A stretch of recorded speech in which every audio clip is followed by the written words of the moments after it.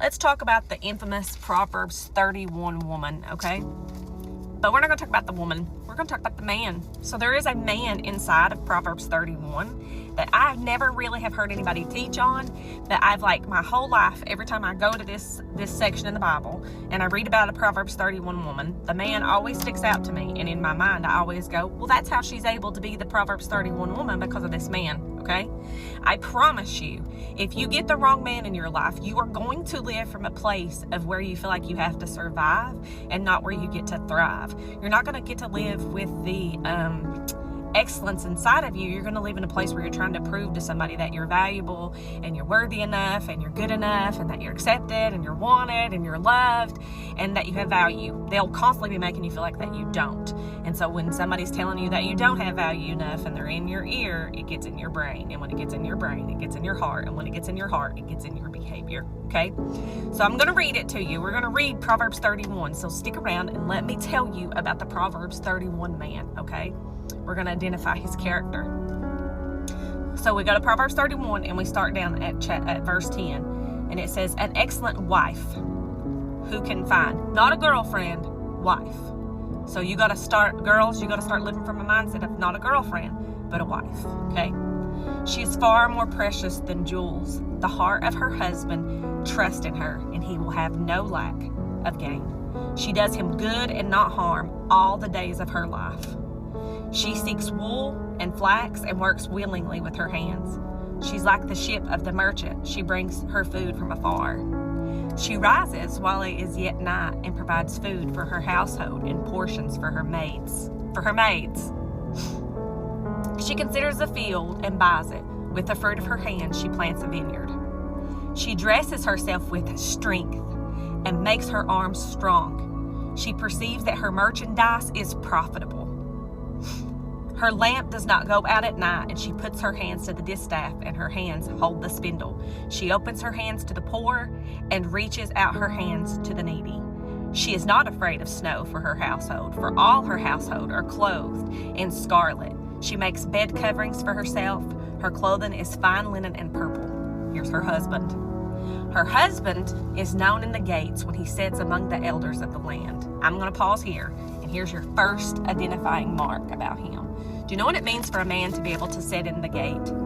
So in Jewish tradition and Jewish custom, the man who sat at the gate was a man who had a good reputation. He's not the one who's at the club and drinking and partying and staying all night out with his friends and acting like an absolute wild man, okay? Nowhere in the Bible does it say he's like, boys will be boys or sowing wild seeds, okay? All that's sinful, all that's of the devil, all that's the enemy stealing a man's destiny. And when a man's destiny is stolen and he's stuck in a place where he's a party man and all he's doing is being the, I'm not going to say the word, the F-word boy, when that's his mindset and he's a player and that's all he thinks about being, he's not a man of God. Because God don't have men, his men ain't players. His men is not in the world acting like players. His men is in the world being noble. They're the ones who sit at the gate. The men who sit at the gate had a good reputation. The man who sat at the gate was the one who came and they gave counsel to people. They made laws and they set up rules, and they were the ones that people could trust to lead. They are leaders. And you don't get a seat at the gate unless you are a leader. So her husband's a leader. He's already signifying that he's a man of God. He's someone that the community can trust. His reputation is well known right here, okay? So all those verses prior to that, do you know how she gets to be those things? Because he is those things. And I'm going to start reading again because there's one more place in here that I think speaks volumes. I mean, you should put a megaphone and yell it, okay? So when you go on down just a little bit farther, I'm just going to read it so we don't skip over anything, okay? She makes linen garments and sells them. She delivers sashes to the merchant. Strength and dignity are her clothing, and she laughs at the time to come. She opens her mouth with wisdom, and the teaching of kindness is on her tongue. She looks well to the ways of her household and does not eat the bread of idleness. Her children rise up and call her blessed. Her husband also, and he praises her. And here's what he says to her. Many have done excellent, but you surpass them all. Charm is deceitful and beauty is vain, but a woman who fears the Lord is to be praised. Give her the fruits of her hand and let her works praise her in the gates. So what do you got? You got her kids rising up and calling her blessed. So they're not being disrespectful to her. So obviously he's a good leader in his household, because his children also know how to respect their mother, how to respect him. And then what's he saying about her? He's praising her. He says, many women have done excellent, but you're outperforming them all, baby. You're like surpassing every single woman out here. He's not comparing her to this girl, that girl, to his ex, or to his mom, or talking down to her, cussing her out every time that the moon gets full. He's not telling her that she's just not lived a hard enough life. He's not trying to punish her for nothing. He's praising her, okay? So I'm going to say this loud and clear. 2 things I think that this is telling us about the man that you're going to pick as a woman. Because if you want to be a Proverbs 31 woman, you have to find not just an Ephesians 5 man, because that's important, but he also needs to be his own self, the Proverbs 31 man that you find here.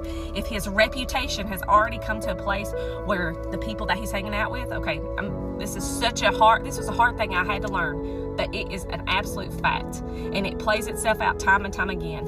If the person that you're in a relationship with has not surrounded themselves with anybody of good character or good quality, he cannot be any different. You cannot rise or fly higher than the people that you are hanging around with. And most of the time when people are picking those people to hang out with, it's because those are the people that's comfortable and familiar, and those are the people that's not challenging them to have to be better. Same thing for the girls. If you got a girl who's out here I'm going to say in the streets, like everybody else is, that's the word, right? In the streets. If she's in the streets and he's in the streets, they're a perfect match. She ain't in the streets and he's in the streets, you're unequally yoked, okay?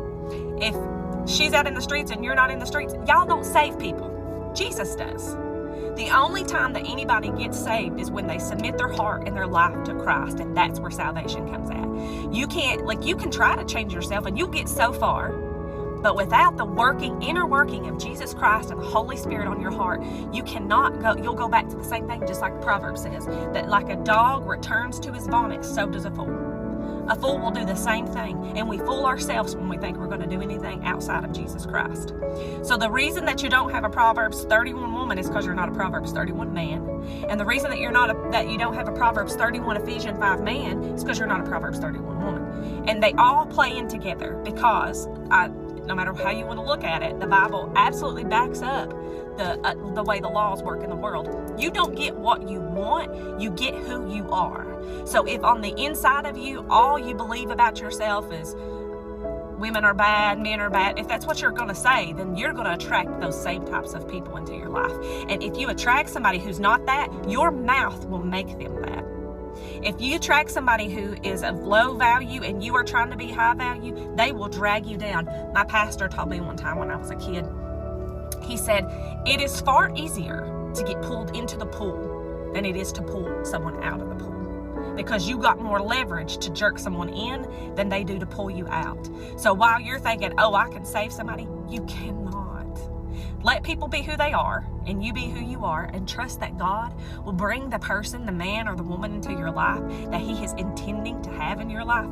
But in the process of that, you have got to cultivate and work on who you are inside yourself.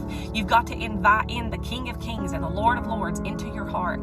You've got to ask him to break up that ground, to take away all the false learning that you've learned, and to teach you of his ways and who he is. Absolutely, the Lord will give you anything that you ask him for, but you first have to believe him. The Bible says nothing is impossible to those who believe God. And Jesus said, when you ask, you have to believe that it is yours. And until the inside of your heart gets to the place where you feel and you sense and you know the worth and the value that you have in Jesus Christ, you're going to continue to act like the world. I love this word.